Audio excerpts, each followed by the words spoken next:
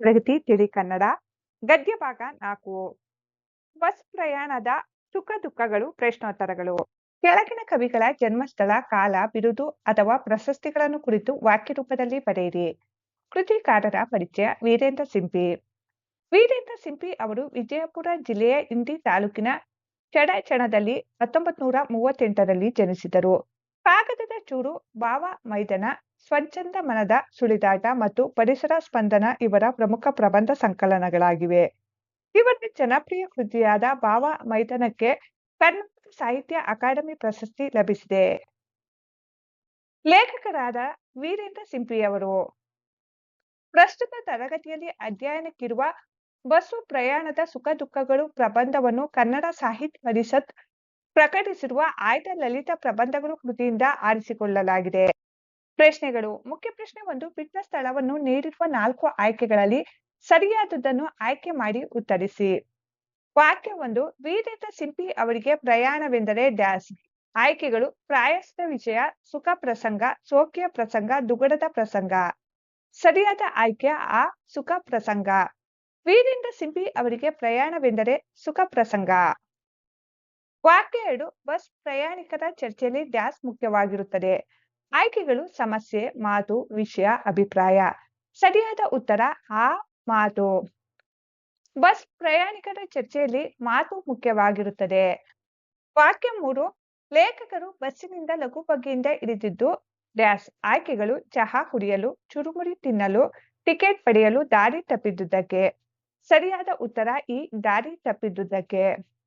ಲೇಖಕರು ಬಸ್ಸಿನಿಂದ ಲಘು ಬಗೆಯಿಂದ ಇಳಿದದ್ದು ದಾರಿ ತಪ್ಪಿದ್ದುದಕ್ಕೆ. ವಾಕ್ಯ 4. ಲೇಖಕರು ಲಾರಿಯ ಡ್ರೈವರನಿಗೆ ಎದೆದದ್ದು ಡ್ಯಾಶ್. ಆಯ್ಕೆಗಳು: ರಾತ್ರಿ ಆದುದಕ್ಕೆ, ಕೈಯಲ್ಲಿ ಹೊಸ ವಾಚ್ ಇದ್ದುದರಿಂದ, ಊರು ದೂರ ಇದ್ದುದರಿಂದ, ಪ್ರಾಣ ಭಯದಿಂದ. ಸರಿಯಾದ ಉತ್ತರ ಈ. ಪ್ರಾಣ ಭಯದಿಂದ. ಮುಖ್ಯ ಪ್ರಶ್ನೆ 2. ಕೆಳಗಿನ ಪ್ರಶ್ನೆಗಳಿಗೆ ಒಂದು ವಾಕ್ಯದಲ್ಲಿ ಉತ್ತರಿಸಿ. ಪ್ರಶ್ನೆ 1. ವೀರೇಂದ್ರ ಸಿಂಪಿ ಅವರು ತಾವು ಯಾವ ರೀತಿಯ ಪ್ರಯಾಣಿಕರಲ್ಲ ಎಂದಿದ್ದಾರೆ. ಉತ್ತರ: ವೀರೇಂದ್ರ ಸಿಂಪಿ ಅವರು ಪ್ರಯಾಣಕ್ಕಾಗಿ ಪ್ರಯಾಣ ಎನ್ನುವ ಸೋಕಿಲಾಲ ಪ್ರಯಾಣಿಕರಲ್ಲ ಎಂದಿದ್ದಾರೆ. ಪ್ರಶ್ನೆ 2.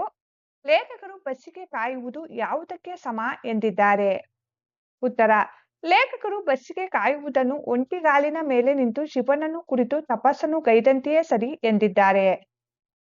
ಪ್ರಶ್ನೆ 3. ಲೇಖಕರು ಬಸ್ ನುಗ್ಗಾಟದಲ್ಲಿ ಮೊದಲಿಗನಾಗಬೇಕೆಂದು ಯಾಕೆ ಬಯಸುತ್ತಾರೆ. ಉತ್ತರ: ಕಿಟಕಿಯ ಹತ್ತಿರದ ಸ್ಥಳ ಸಿಕ್ಕರೆ ಹೊರಗಿನ ಗಾಳಿ ಸೇವಿಸುತ್ತಾ ಮತ್ತು ಜನರ ನಡೆ ನುಡಿಗಳನ್ನು ಗಮನಿಸಬಹುದು ಎಂಬ ಕಾರಣಕ್ಕಾಗಿ ಲೇಖಕರು ಮೊದಲಿಗನಾಗಬೇಕೆಂದು ಬಯಸುತ್ತಾರೆ. ಪ್ರಶ್ನೆ 4. ಬಸ್ ಕಂಡಕ್ಟರ್ ಸ್ತ್ರೀ ಪ್ಯಾಸೆಂಜರ್ ಜೊತೆ ಏನೆಂದು ಚರ್ಚಿಸುತ್ತಾನೆ. ಉತ್ತರ: ಬಸ್ಸಿನಲ್ಲಿರುವ ಮಗುವಿಗೆ ಎಷ್ಟು ವರ್ಷವಾಯಿತು ಎಂದು ಚರ್ಚಿಸುತ್ತಾ, 2 ವರ್ಷ ತುಂಬಿ 1 ತಿಂಗಳಾಗಿದೆ ಎಂದಾಗ, ಇಲ್ಲ 3 ವರ್ಷ ಆಗಿವೆ ಎಂದು ಅರ್ಧ ಟಿಕೆಟ್ ಅನ್ನು ಪಡೆಯಲು ಸೂಚಿಸುತ್ತಾನೆ. ಪ್ರಶ್ನೆ 5. ಲೇಖಕರು ಸಹ ಪ್ರಯಾಣಿಕನೊಂದಿಗೆ ರೊಚ್ಚಿಗಿದ್ದದ್ದು ಯಾಕೆ. ಉತ್ತರ: ಸಹ ಪ್ರಯಾಣಿಕನೊಬ್ಬ ಕರ್ನಾಟಕ ರಾಜ್ಯವನ್ನು ಅದೊಂದು ದರಿದ್ರ ನಾಡು ಎಂದು ಅಭಿಪ್ರಾಯಪಟ್ಟಾಗ ಲೇಖಕರು ಕೋಪದಿಂದ ರೊಚ್ಚಿಗೆದ್ದರು. ಮುಖ್ಯ ಪ್ರಶ್ನೆ 3. ಕೆಳಗಿನ ಪ್ರಶ್ನೆಗಳಿಗೆ 3-4 ವಾಕ್ಯಗಳಲ್ಲಿ ಉತ್ತರಿಸಿ. ಪ್ರಶ್ನೆ 1. ವೀರೇಂದ್ರ ಸಿಂಪಿ ಅವರಿಗೆ ತಾವು ಸಂದರ್ಶಿಸಿದ ಸ್ಥಳಗಳ ಬಗ್ಗೆ ಇರುವ ಅಭಿಪ್ರಾಯವೇನು. ಉತ್ತರ: ಲೇಖಕರಾದ ವೀರೇಂದ್ರ ಸಿಂಪಿ ಅವರು ತಾವು ಇಲ್ಲಿಯವರೆಗೆ ಸಂದರ್ಶಿಸಿದ ಸ್ಥಳಗಳು ಕಡಿಮೆ ಎಂದಿದ್ದಾರೆ. ಪ್ರಸಿದ್ಧ ಪಟ್ಟಣಗಳೆಂದು ಎಲ್ಲರೂ ಕೊಂಡಾಡುವ ಸ್ಥಳಗಳು ತಮ್ಮ ಮಟ್ಟಿಗೆ ಕೇವಲ ನಕ್ಷೆಯೊಳಗಿನ ಹೆಸರುಗಳು ಮಾತ್ರವಾಗಿವೆ. ತಮ್ಮ ಪ್ರವಾಸದ ಕ್ಷೇತ್ರ ಚಿಕ್ಕದಿರಬಹುದಾದರೂ ಅದರಲ್ಲಿ ತಾವು ಕಂಡ ರಸದ ಹೊರತೆ ಮಾತ್ರ ಬಹಳ ದೊಡ್ಡದು ಎಂದು ಅವರು ಅಭಿಪ್ರಾಯಪಟ್ಟಿದ್ದಾರೆ. ಪ್ರಶ್ನೆ 2. ವೀರೇಂದ್ರ ಸಿಂಪಿ ಅವರಿಗೆ ಪ್ರಯಾಣದಲ್ಲಿ ಯಾವ ಯಾವ ರೀತಿಯ ಅನುಭವಗಳಾಗಿವೆ.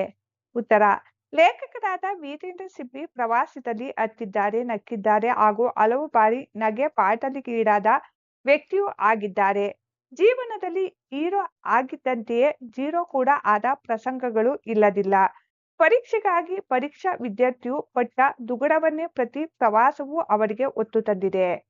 ಪ್ರಶ್ನೆ 3. ಲೇಖಕರು ಬಸ್ ಏರುವ ಸಂದರ್ಭದಲ್ಲಿ ಯಾವ ರೀತಿಯ ವಾತಾವರಣ ಉಂಟಾಗುತ್ತದೆ ಎಂದಿದ್ದಾರೆ.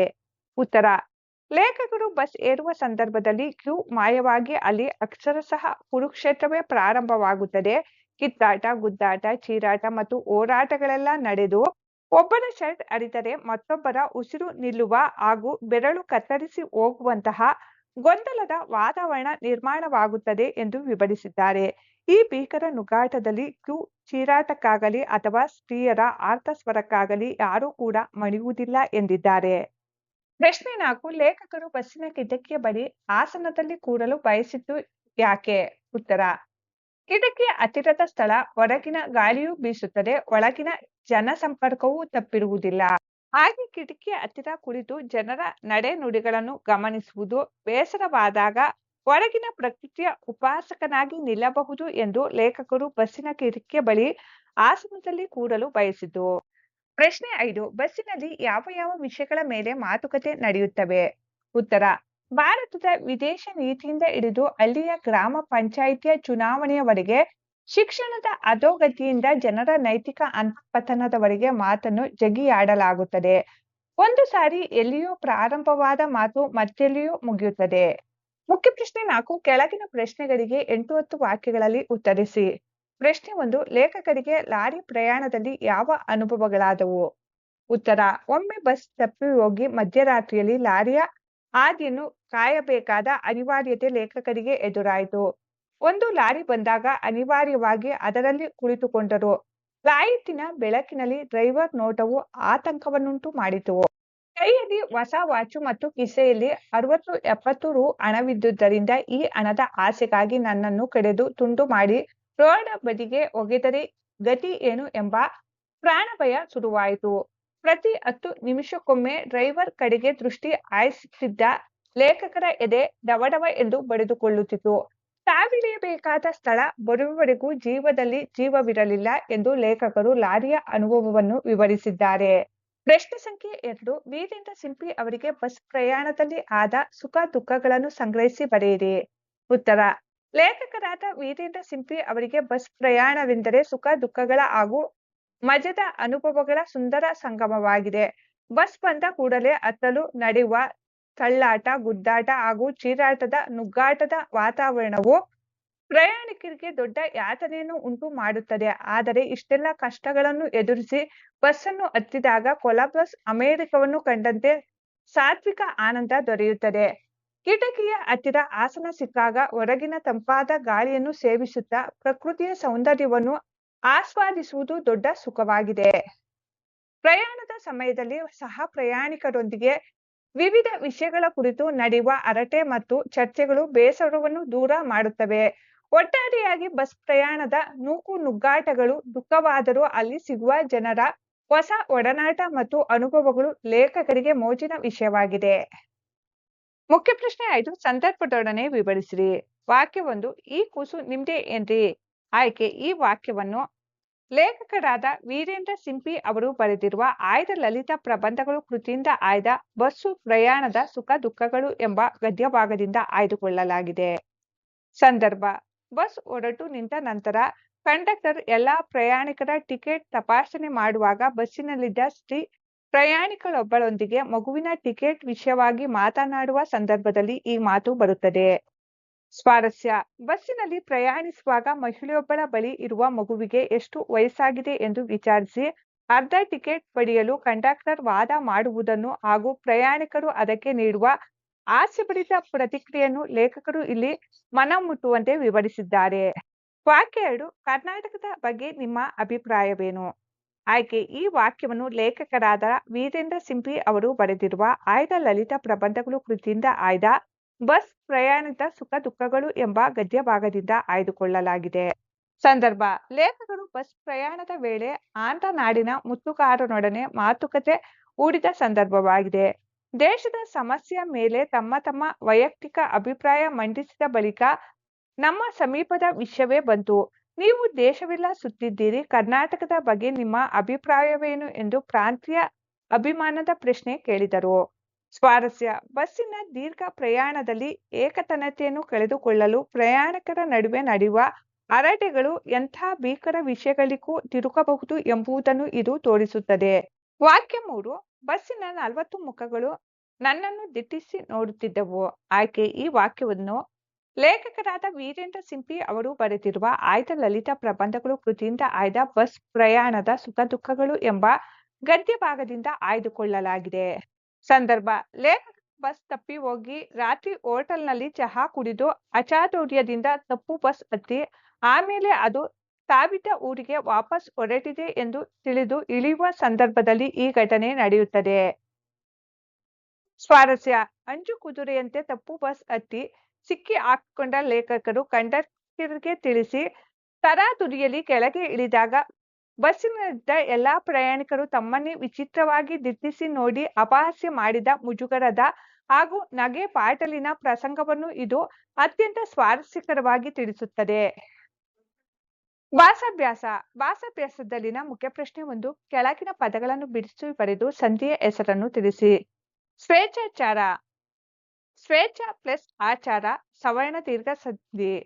ಅಷ್ಟಿಷ್ಟು: ಅಷ್ಟು ಪ್ಲಸ್ ಇಷ್ಟು ಲೋಪಸಂಧಿ. ಯೋಗ್ಯತಾನುಸಾರ: ಯೋಗ್ಯತಾ ಪ್ಲಸ್ ಅನುಸಾರ ಸವರ್ಣ ದೀರ್ಘ ಸಂಧಿ. ಮಂಗಳಾರತಿ: ಮಂಗಳ ಪ್ಲಸ್ ಆರತಿ ಸವರ್ಣ ದೀರ್ಘ ಸಂಧಿ. ಮುಖ್ಯ ಪ್ರಶ್ನೆ 2. ಕೆಳಗಿನ ಪದಗಳಿಗೆ ವಿರುದ್ಧಾರ್ಥಕ ಪದಗಳನ್ನು ಬರೆಯಿರಿ. ಪ್ರತ್ಯಕ್ಷ ಪರೋಕ್ಷ, ಸ್ವರ್ಗ ನರಕ, ನಿರಸ ಸ್ವಾರಸ್ಯ, ಸ್ವಾರ್ಥ ನಿಸ್ವಾರ್ಥ. ಅಪಮಾನ ಸನ್ಮಾನ, ಅನಿರೀಕ್ಷಿತ ನಿರೀಕ್ಷಿತ, ದುರ್ಬುದ್ಧಿ ಸದ್ಬುದ್ಧಿ, ಆಸಕ್ತಿ ಅನಾಸಕ್ತಿ, ಸಾಮಾನ್ಯ ವಿಶೇಷ.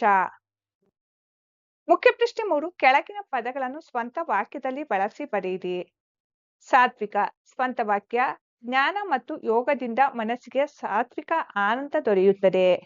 ಆರ್ತಸ್ವರ ಸ್ವಂತ ವಾಕ್ಯ: ಅಪಘಾತದಲ್ಲಿ ಗಾಯಗೊಂಡವರ ಆರ್ತ ಸ್ವರವನ್ನು ಕೇಳಿ ಸಾರ್ವಜನಿಕರು ಮರುಕಪಟ್ಟರು. ಏಕತಾನತೆ ಸ್ವಂತ ವಾಕ್ಯ: ನಿತ್ಯದ ಒಂದೇ ರೀತಿಯ ಕೆಲಸದಿಂದ ಉಂಟಾದ ಏಕತಾನತೆಯನ್ನು ಹೋಗಲಾಡಿಸಲು ಪ್ರವಾಸಗಳು ಸಹಕಾರಿ. ಗಂಡಾಂತರ ಸ್ವಂತ ವಾಕ್ಯ: ಸಕಾಲಕ್ಕೆ ಎಚ್ಚೆತ್ತುಕೊಂಡಿದ್ದರಿಂದ ದೊಡ್ಡ ಗಂಡಾಂತರದಿಂದ ಪಾರಾಗಲು ನನಗೆ ಸಾಧ್ಯವಾಯಿತು. ಉಪಾಸಕ ಸ್ವಂತ ವಾಕ್ಯ: ನಮ್ಮ ಹಿರಿಯರು ಪ್ರಕೃತಿಯ ನಿಜವಾದ ಉಪಾಸಕರಾಗಿದ್ದರು. ಉದಾತ್ತ ಸ್ವಂತ ವಾಕ್ಯ: ಮಹಾ ವ್ಯಕ್ತಿಗಳ ಚಿಂತನೆಗಳು ಮತ್ತು ಆಲೋಚನೆಗಳು ಯಾವಾಗಲೂ ಉದಾತ್ತವಾಗಿರುತ್ತವೆ. ಮುಖ್ಯ ಪ್ರಶ್ನೆ 4. ಕೊಟ್ಟಿರುವ ಪದಗಳಿಗೆ ತತ್ಸಮ ತದ್ಭವ ರೂಪವನ್ನು ಬರೆಯಿರಿ.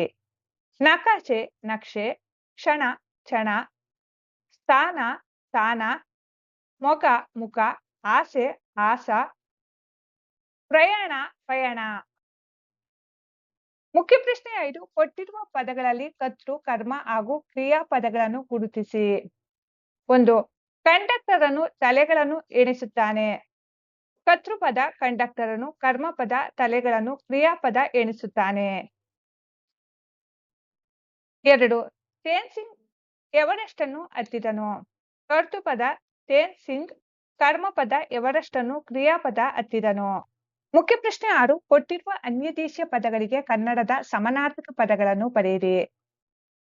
ಕಂಡಕ್ಟರ್ ನಿರ್ವಾಹಕ, ಡ್ರೈವರ್ ಚಾಲಕ, ಲಾಯಿತ ದೀಪ ಅಥವಾ ಬೆಳಕು, 0 0, ಹೀರೋ ನಾಯಕ ಅಥವಾ ವೀರ, ಟಿಕೆಟ್ ಪ್ರವೇಶ ಪತ್ರ ಅಥವಾ ಚೀಟಿ, ಕ್ಯೂ ಸರತಿ ಸಾಲು, ಶರ್ಟ್ ಅಂಗಿ, ಟ್ರಂಕ್ ಪೆಟ್ಟಿಗೆ, ಪ್ಯಾಸೆಂಜರ್ ಪ್ರಯಾಣಿಕ.